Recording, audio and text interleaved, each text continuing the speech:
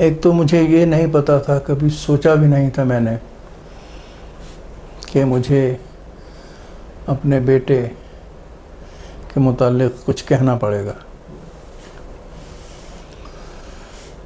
تو ان کے یہ کتاب چھپ جانے کے بعد بھی ان کا جو نام انجیل عجم نام رکھا انہوں نے، تو وہ بھی علامہ اقبال علیہ رحمت رضی اللہ تعالیٰ عنہ، علامہ اقبال کی کتاب جو زبور عجم چھپی ہے نا، اسی نام سے متاثر ہو کر انہوں نے اپنی کتاب کا نام انجیل عجم رکھا.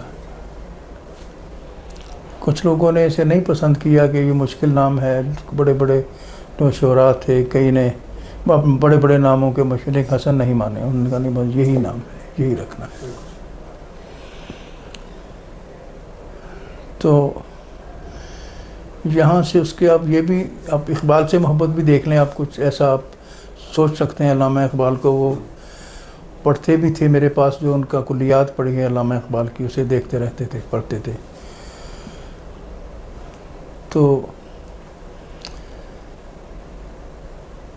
میں اور غالب کو بھی وہ بہت پڑھتے تھے، غالب کو بھی وہ بہت پڑھتے تھے.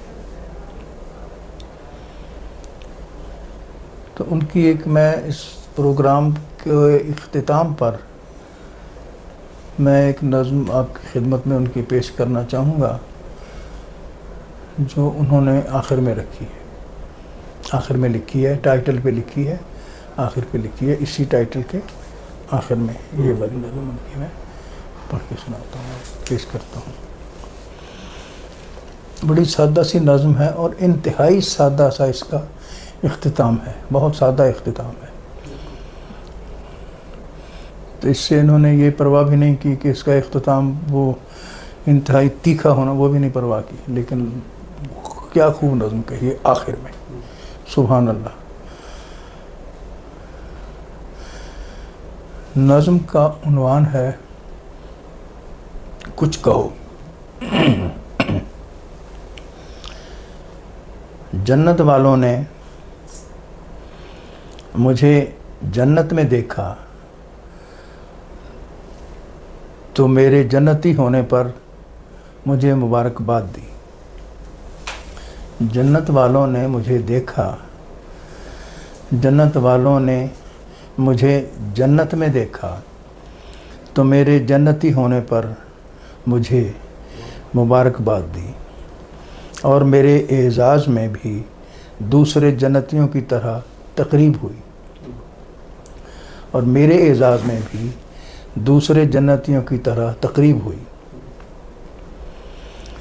جب تقریب میں مجھے کچھ کہنے کے لیے کہا گیا،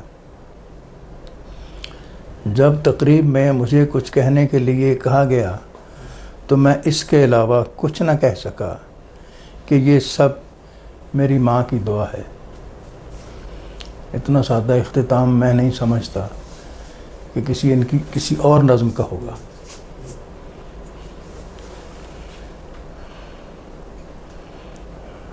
سبحان اللہ.